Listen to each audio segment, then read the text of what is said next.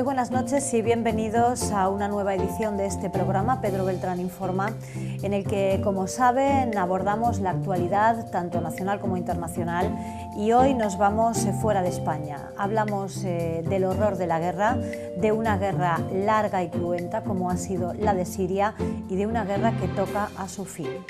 Comenzamos ya, lo hacemos con Pedro Beltrán, presidente de la Asociación Europea de Abogados. ¿Qué tal, Pedro? Muy bien, buenas noches, gracias por venir a nuestro despacho. A mí me gustaría que hablásemos de cómo comenzó esa guerra y qué ha supuesto para Siria, una guerra que ha roto en dos el país y que ha obligado a muchas familias a huir porque ha sido una guerra especialmente cruel. Todas lo son, pero esta ha sido especialmente cruel. Siria está absolutamente devastada y las familias han tenido que huir, han tenido que salir literalmente corriendo, lanzarse al mar para huir de esta guerra, porque nadie escapaba al horror de la guerra de Siria. ¿Cómo empezó, Pedro, y en qué situación se encuentra Siria en este momento?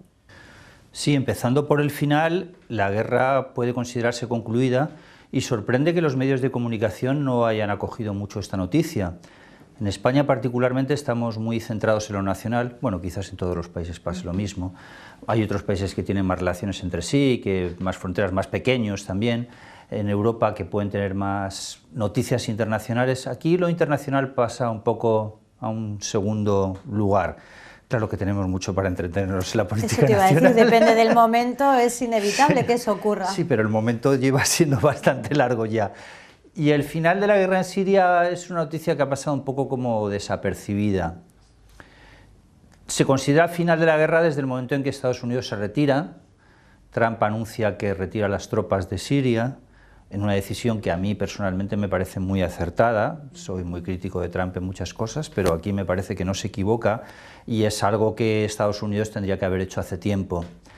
Tanto tiempo como que no debería haber entrado siquiera en esta guerra, porque Estados Unidos ha sido una parte fundamental de la guerra. Y ya esto es el final, y empezando por el principio, ahora como si fuera un flashback, pues empezando justo por cómo empieza la guerra y por qué. Pues la guerra empieza para intentar derrocar al dictador, a el Assad, dictador que sigue, porque en definitiva, bueno, ya conocemos el final, y el final de la guerra es que sigue, con lo cual no ha servido para nada, todo el embrollo este y la cantidad de muertos y la cantidad de gente que se ha ido, millones de personas, 3 millones de personas que se han ido de Siria, pues no ha servido para nada, porque todo sigue igual. Bien, pues se intenta derrocar a el Assad. ¿Quién intenta derrocar al Assad? Aquí ya empiezan los conflictos, porque ha sido una guerra de 3 partes distintas. Esto no es tan frecuente, porque normalmente en las guerras se enfrenta un bando contra otro. Aquí es más complicado. No es que se enfrente un bando contra otro, sino que había 3 bandos y no había ninguno de los 3 bandos que estuviera uno aliado con el otro. Si dijeras, bueno, hay 3 bandos, eso se entendería más, ¿no? Hay 3 bandos, si 2 van en un lado y otro va en el otro, pues esto se podría entender mejor.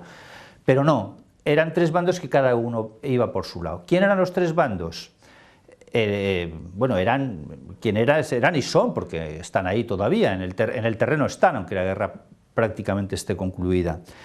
El primer bando era el fácil de entender, el gubernamental, el Assad. Bien, el presidente de Siria, el gobierno de Siria, sus acólitos y el ejército de Siria. Es un bando correctamente entendible.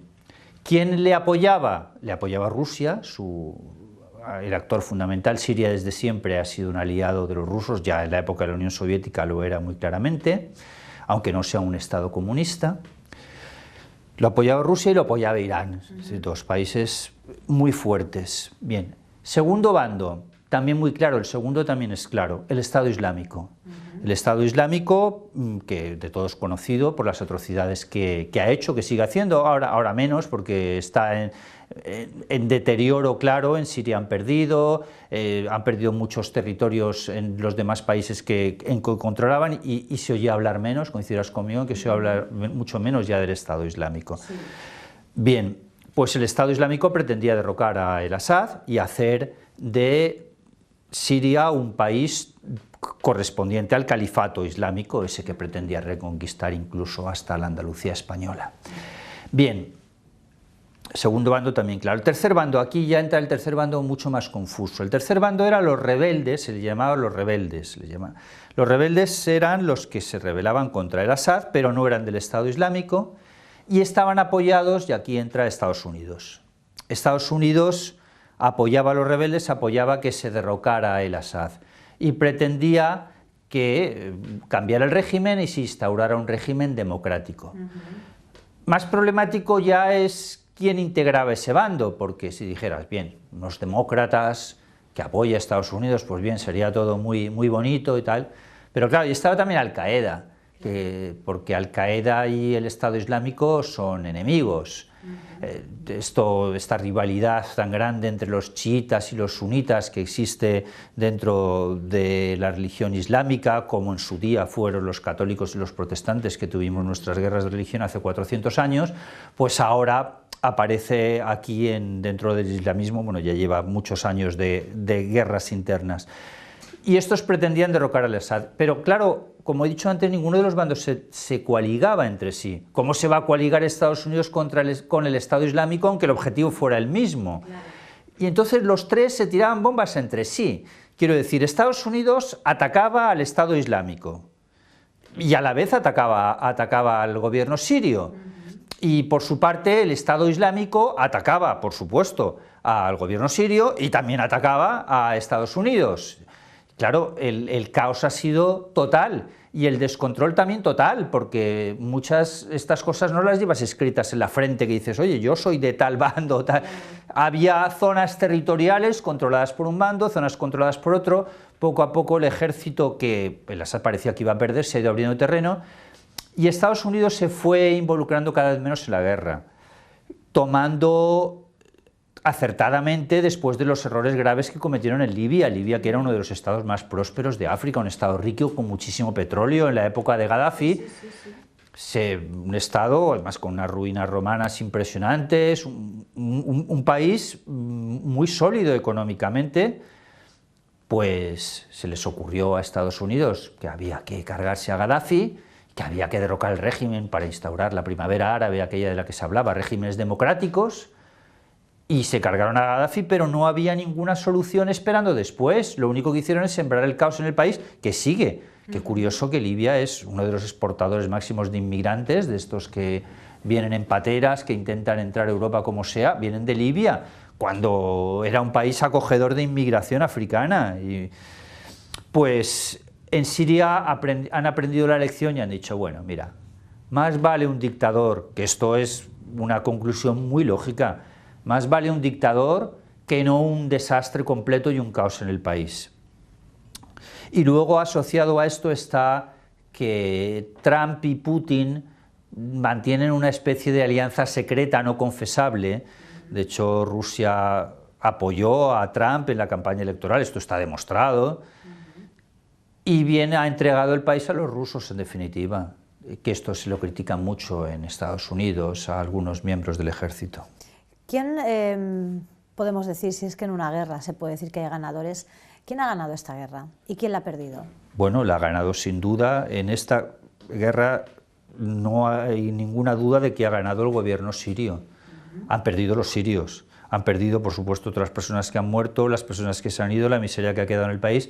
Ha perdido el Estado Islámico, clarísimamente, y también han perdido los rebeldes apoyados por Estados Unidos, porque al final no han conseguido nada especial ni ningún avance, porque durante mucho tiempo se hablaba, no, se sustituye al Asad por otro, pero ya de eso ni se habla siquiera, y tanto que ni se habla es que Estados Unidos se va, se está yendo, los últimos soldados que quedaban, los últimos 2000, se están yendo, con lo cual dejan entregado el país, como decía Rusia, y Rusia tampoco es un modelo precisamente de Estado democrático, pero en fin, un poco más democrático que Rusia, que Siria sí que es, y gana el Asad y pierden los demás. Bueno, muy bien que haya perdido el Estado Islámico, y en cuanto se ha ganado el Asad o no, evidentemente hubiera sido mejor que ganara la coalición auspiciada por Estados Unidos, que hubiéramos tenido un gobierno democrático en Siria, pero creo que Estados Unidos supo entender que eso le iba a costar un número de bajas civiles muy grande, que no iba a ser tolerable en el país, después de las guerras anteriores, después de Irak y de Afganistán. Y bien está también dejar que los árabes se gobiernen como ellos estimen oportuno. Al fin y al cabo, nosotros tenemos un poco tendencia a considerar que nuestro sistema es el mejor y que el sistema capitalista y la democracia son insustituibles. Bien, ellos consideran que se deben gobernar de otra manera, pues dejémoslos así. También ocurrió en Egipto, que hubo una revolución que tampoco ha servido para nada porque seguimos exactamente en un régimen dictatorial. Esos países todavía necesitan avanzar, necesitan más tiempo sin duda para que se consolide la democracia, y si la democracia significa como allí un caos completo, asesinatos múltiples, atentados en las iglesias según que seas chiita y sunita, armas por aquí y por allá, pues si eso es lo que significa lo que vas a dejar, pues mejor que haya un gobierno dictatorial que no conviene que haya más guerras. ¿Cuál ha sido el papel en esta guerra de los territorios fronterizos, como por ejemplo Israel? Bueno, a Israel le ha venido muy bien la guerra, porque mientras han estado distraídos estos 7 años, pues mira, a mí que no me molesten. Y Siria es el principal enemigo de Israel. Siria es fronterizo al norte, Israel controla una parte, controla no, es parte de su territorio, parte de lo que fue territorio sirio, se llaman los Altos del Golán, que son unas montañas que ellos han absorbido dentro del territorio de Israel, dicen que para protegerse de las invasiones sirias, porque así controlan desde arriba, mientras que de otra manera les atacaban de arriba abajo, que es bastante más cómodo. Y los israelitas o israelíes pues están contentos de que se hayan, y no creo que estén tan contentos de todas maneras de que se termine la guerra, porque mientras tanto no les han podido invadir. Ellos tienen además un acuerdo de paz con Egipto, hablo de Israel.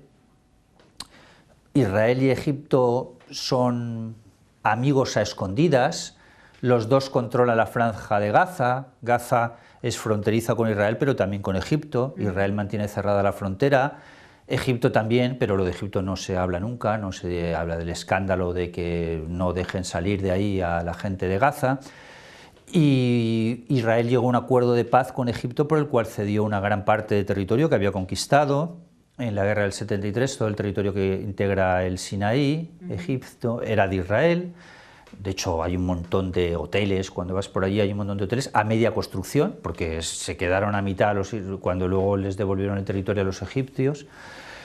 Y en cuanto a Israel, pues sí, creo que ha sido para ellos positiva la guerra, y tampoco es malo el resultado de que se quede el Assad. Lo que más les podría preocupar es que hubiera llegado el Estado Islámico, y una Siria muy democrática pues tampoco les venía bien, porque en definitiva Israel se vende, y con razón, como el único país democrático de Oriente Medio, y un país muy democrático y fuerte al lado no, con lo cual que se quede un dictador, pero más debilitado porque no sale reforzado tampoco con lo que ha ocurrido, y se quede un país destrozado, pues a ellos les viene de maravilla.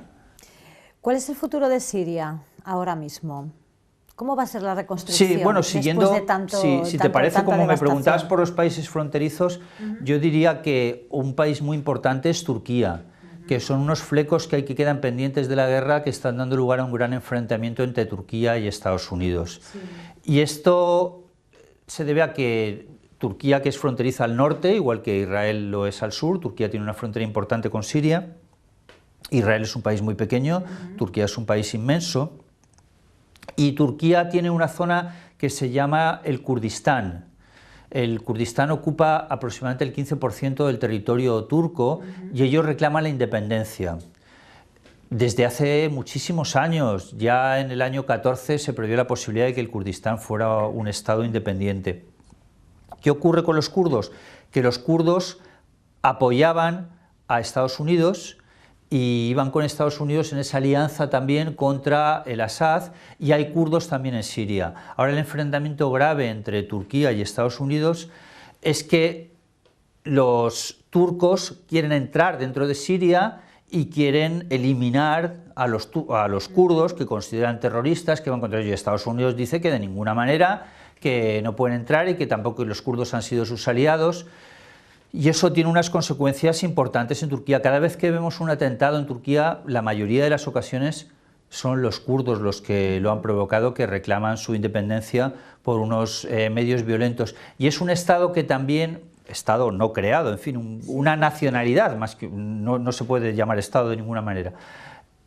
Dentro de Irak, pues también lo ocupan una parte, con lo cual ellos pretenden construir un país que forme una parte de Irak, una parte de Turquía y un trozo de Siria. Propósito que no tiene realmente el apoyo de nadie, porque a nadie le conviene la fragmentación territorial ni la creación de ahí de una nueva entidad. Y me decías por el futuro de Siria. Bien, el futuro de Siria se presenta desde una reconstrucción de la paz, con el apoyo de Rusia, y con eso Siria puede volver a prosperar porque es un país que tiene muchos recursos naturales, es un país con grandes posibilidades turísticas también, que han quedado completamente fuera.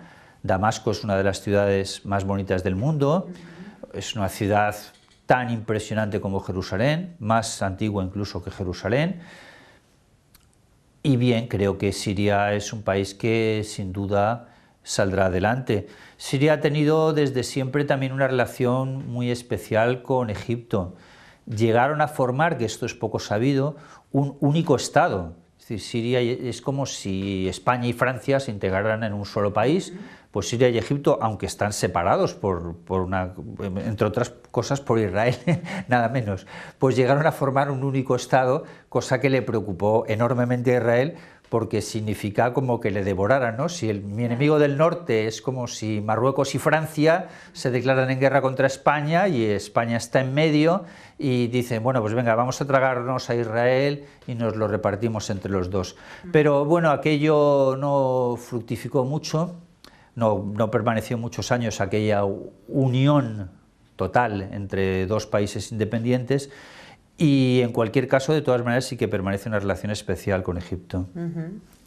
Pedro, hablábamos de la devastación en Siria. Ha sido una guerra, no sé si compartes esta opinión conmigo, pero creo que ha sido una de las guerras más duras, más crudas, de las guerras que hemos vivido en el último siglo, ¿no? Bueno, en el último siglo hemos tenido la Segunda Guerra Mundial, ¿eh? Bueno, sí. Dirás en este siglo, en este siglo. En este siglo, vale, en el último siglo es el siglo ¿te refieres actual el que estamos? Vale. Sí. Si es el que estamos, sí, porque sí, en realidad es una, y además es correcto, siglo, lo has dicho. Para ser más sí, no, lo has dicho bien, es verdad, porque no es una guerra del último, es una guerra de este siglo, es una guerra actual, claro. Porque la guerra no es del siglo XX, es una guerra del siglo XXI. Y dentro de las que hemos tenido en el siglo XXI, en fin, estamos empezando 2019, pues en estos 16 años sí ha sido la más devastadora, sin ninguna duda, y las que más consecuencias ha tenido. Y todas esas imágenes que hemos visto de inmigrantes que vienen, todo lo que ha afectado a Europa, la crisis migratoria. Ahora todo eso está ya mucho más parado, porque es verdad que seguimos teniendo inmigrantes y hablamos de inmigración, pero estamos hablando de la tradicional, digo tradicional porque esa no cesa, inmigración africana, de países pobres de África, que buscan gente que busca la acogida en Europa. Lo de Siria ha sido otra historia. Que salía huyendo de la guerra, del horror, de una guerra que ha sido muy, muy dura, porque el Estado Islámico, pues los métodos que utilizan de todos son conocidos, y ese cementerio en el que se ha convertido el Mediterráneo, ¿tú crees que va a cesar? Incluso que las familias que se encuentran en los campos de refugiados van a poder volver y rehacer sus vidas. Sí, yo creo que poco a poco sí. Ya ha habido bastantes españoles implicados, y españoles también en el Estado Islámico. Españoles, muchos de ellos de ascendencia árabe y alguno no, alguno que se ha apuntado por las redes sociales, más franceses que españoles, pero como estos manejaban muy bien las redes sociales, pues les daba por hacer propaganda y por decir, venga, vamos a meter bombas. Hablas en pasado, pero eso no ha cesado todavía. Sí, pero la guerra en definitiva ha cesado porque el Estado Islámico ha perdido, tanto allí como en los demás frentes que tenía abiertos. A partir de ahora sí puede haber algunos atentados aislados terroristas, pero lo que era gravísimo era que controlaban una parte grande de territorio.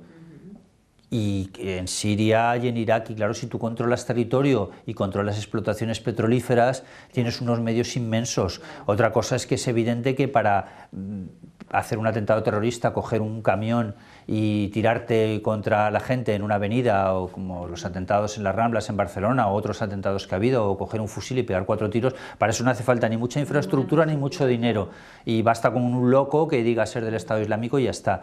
Pero claro, es que aquellos tenían muchísimos medios, y si eso se consolidaba y seguía, pues hubiera sido todavía mucho peor, porque si puedes hacer los atentados sin medios, pues imagínate con medios a qué puedes llegar.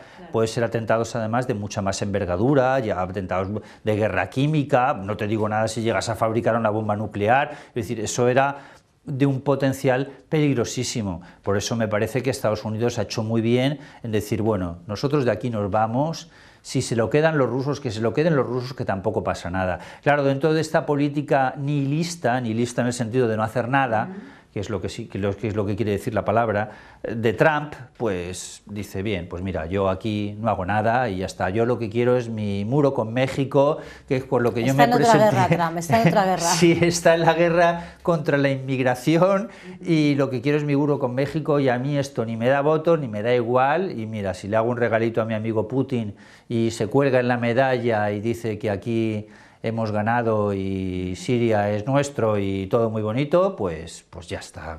Y mejor, porque en un momento dado la situación era peligrosa, porque en definitiva tenías a Estados Unidos y a Rusia enfrentados en una guerra. Claro. Y eso sí que hubiera podido ser muy peligroso si se lo toman los dos en serio, si los dos decir, como ha sido en el pasado. Bien, por recordar a los telespectadores, Vietnam y Corea como casos más evidentes, pero claro, ya en este siglo, pues una guerra Estados Unidos-Rusia, y eso con el Estado Islámico por otro lado, eso hubiera podido derivar muy mal. Eso me parece mucho más razonable, la política de decir, aquí tampoco pintamos mucho, esto no nos importa demasiado. Los derechos humanos, pues mira, ¿qué se lo va a hacer? Los dejamos para otra ocasión. No parece que esto de los derechos humanos les interese mucho a los árabes. Y tampoco a Trump. Sí, tampoco a Trump, tampoco, ¿no? A Trump. Y mira, nos vamos. Hombre, la retirada ya la inició Obama, ¿eh? No ha sido Trump. Lo que ha hecho es el golpe final de decir, nos vamos y ahí no queda nadie.